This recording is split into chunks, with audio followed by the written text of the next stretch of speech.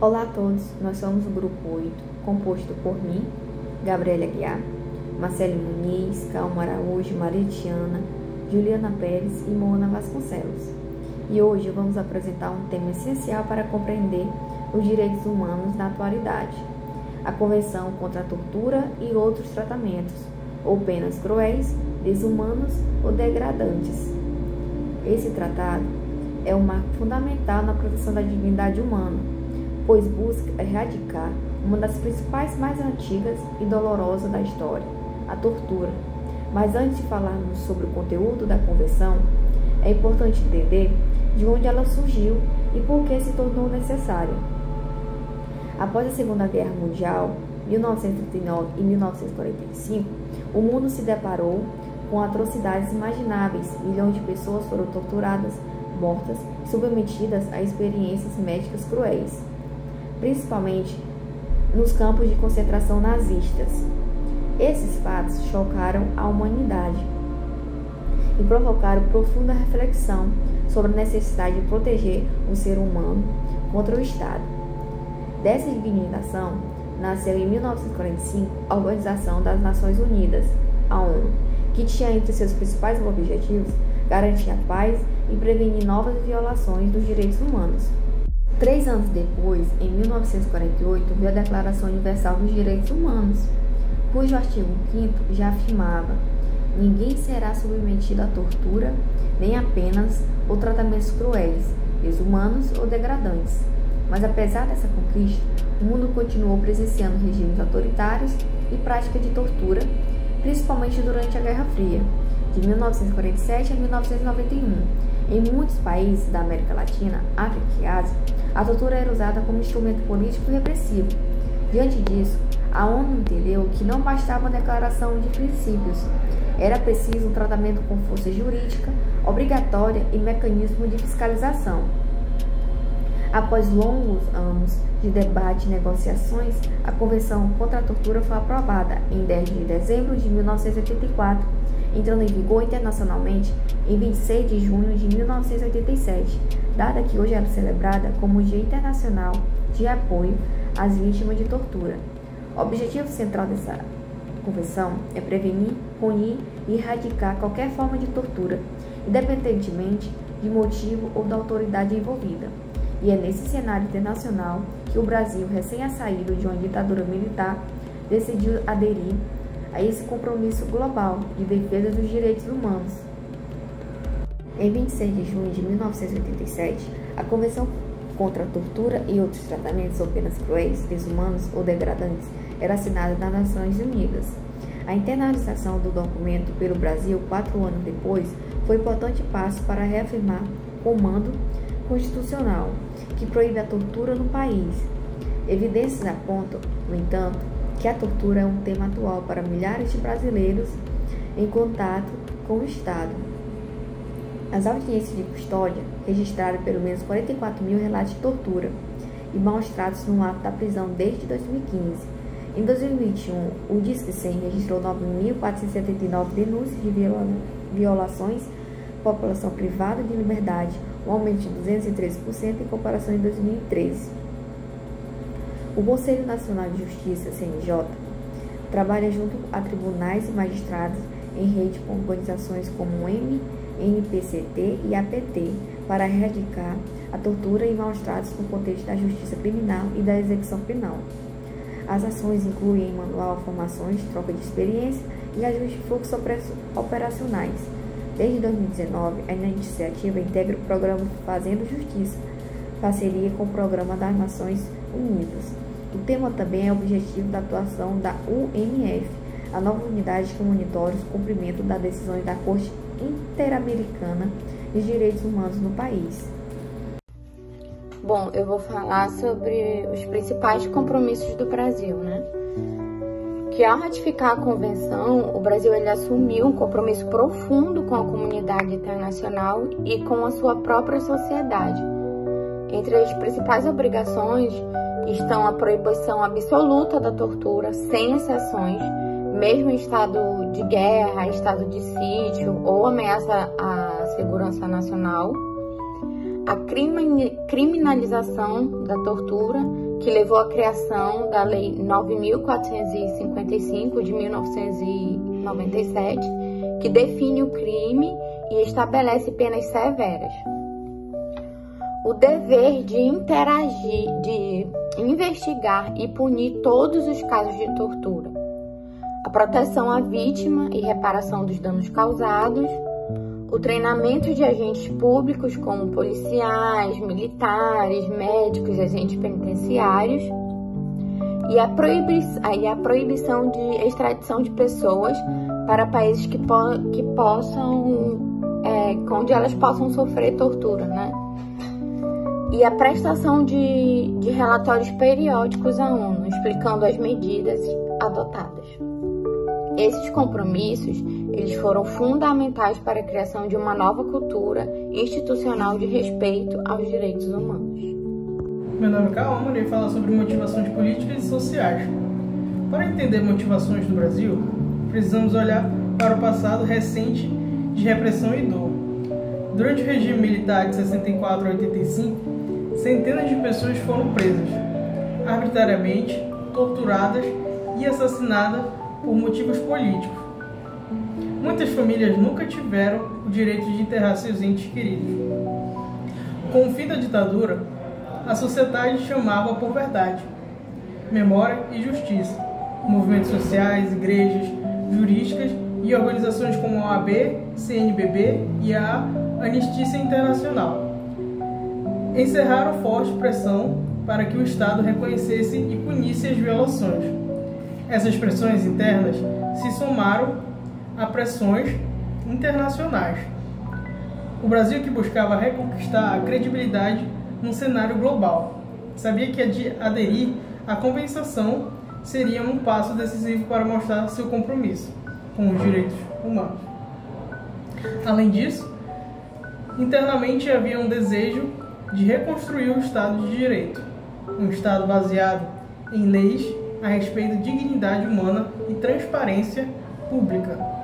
Portanto, as motivações para ratificar as convenções foram tanto morais e sociais quanto políticas e estratégicas. Esse contexto marcou o início de uma nova fase, o combate institucional à tortura. Assinatura e ratificação pelo Brasil. Vamos dar continuidade agora sobre como e quando o Brasil se tornou parte da Convenção contra a Tortura. O Brasil assinou a Convenção no dia 23 de setembro de 1985, poucos meses depois do fim da ditadura militar, que durou cerca de 21 anos, entre os anos de 1964 a 1985. Esse foi um momento histórico da nossa transição democrática, que foi marcado pela eleição indireta do Tancredo Neves. Foi um movimento de direita e já estava dando o início à nova chamada da Nova República.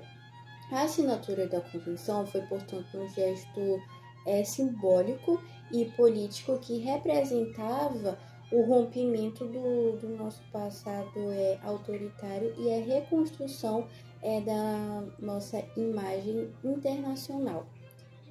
Mas a assinatura era apenas o primeiro passo que deu a importância à ratificação, que aconteceu no dia 28 de setembro de 1989, e foi a partir desse ato que o Brasil assumiu juridicamente todas as suas obrigações que estavam previstas no tratado. Posteriormente, a Convenção ela foi promulgada pelo decreto de número 40 no dia 15 de fevereiro de 1991 e passou a integrar oficialmente o nosso ordenamento jurídico brasileiro. Esse processo coincidiu com outro fato histórico, que foi a nossa Constituição Federal de 1988. Ela foi conhecida naquele ano como a Constituição Cidadã. No artigo 5º, inciso 3, ela determina que ninguém será submetido à tortura nem a tratamento desumano ou degradante. Ou seja, A nossa Constituição e a Convenção, elas caminham lado a lado, reafirmando o valor supremo da dignidade humana. De fato, a Convenção trouxe resultados concretos para o Brasil, tanto em leis quanto em políticas públicas e decisões judiciais. O exemplo mais comum é a Lei 9.455 de 97, que tipificou o crime de tortura. Ela foi usada, por exemplo, no caso da favela Naval, em 97, em Diadema SP, onde policiais e militares foram flagrados agredindo e humilhando cidadãos. Esse caso marcou um divisor de água no combate à violência policial. Outro exemplo é a criação do Mecanismo Nacional de Prevenção e Combate à Tortura, que está na Lei 12.847 de 2013, que realiza visitas e inspeções em presídios, em hospitais psiquiátricos e unidades socioeducativas para prevenir maus-tratos. A Comissão Nacional, na verdade, de 2011-2014, também foi um marco, pois investigou crimes cometidos durante o regime militar, trazendo à tona a verdade sobre as vítimas de repressão. Esses exemplos mostram que a Convenção não ficou no papel, ela inspirou ações concretas e avanços institucionais. Para encerrarmos nossa apresentação, é importante retomarmos o significado profundo da Convenção contra a Tortura e o quanto ela representa um marco histórico na proteção dos direitos humanos e no mundo e no Brasil. Como vimos, esse tratado nasceu em um momento em que a humanidade buscava se reconstruir após os horrores da Segunda Guerra Mundial e ganhou força justamente para impedir que os estados voltassem a usar a violência como instrumento de poder. A tortura, ao longo da história, foi usada como ferramenta de coerção, de medo e de anulação da dignidade humana. Por isso, a Convenção de 1984 não é apenas um documento jurídico, é um compromisso moral e civilizatório com a vida, com a liberdade e com a integridade das pessoas.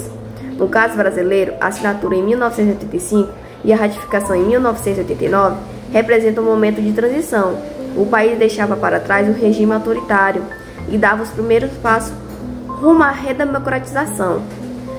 Ratificar a Convenção significou, naquele momento, reconhecer os erros do passado e assumir um compromisso com o futuro, um futuro em que o Estado deveria proteger e não ferir seus cidadãos. As motivações políticas e sociais que impulsionaram essa adesão foram marcadas pelo desejo coletivo de reconstruir a confiança nas instituições, fortalecer o Estado de Direito e promover o respeito aos direitos humanos. Movimentos civis, entidades religiosas, organizações internacionais e familiares de vítimas tiveram papel decisivo para que a tortura fosse reconhecida como crime e combatida de forma efetiva. A partir da ratificação, o Brasil assumiu compromissos concretos: tipificar a tortura como um crime, punir os responsáveis, garantir reparação às vítimas e adotar medidas preventivas, como a criação de órgãos de fiscalização e capacitação de agentes públicos. Com o tema, esses compromissos se transformaram em ações importantes, como a promulgação da Lei nº 9.455 de 97, que tipifica o crime de tortura, e a criação do Mecanismo Nacional de Prevenção e Combate à Tortura em 2013. Além disso, decisões judiciais e políticas públicas reforçam que o Brasil reconhece a tortura como uma violação grave e inaceitável dos direitos fundamentais. Entretanto, precisamos reconhecer que os desafios persistem. Ainda há relatos de torturas e maltratos em presídios, delegacias, abrigos e unidades socioeducativas. Essas práticas revelam que a distância entre o texto da lei e a realidade concreta ainda é grande. O combate à tortura não depende apenas de leis. Ele exige educação em direitos humanos, formação ética de agentes políticos e uma sociedade vigilante, que não aceite a naturalização da violência. O Estado brasileiro tem o dever de garantir que nenhum cidadão, independentemente de sua condição social, cor, origem ou crença, seja submetido a qualquer forma de tratamento cruel ou degradante. A Convenção contra a Tortura nos ensina que a dignidade humana é inviolável e proteger essa dignidade é essencial de qualquer Estado democrático.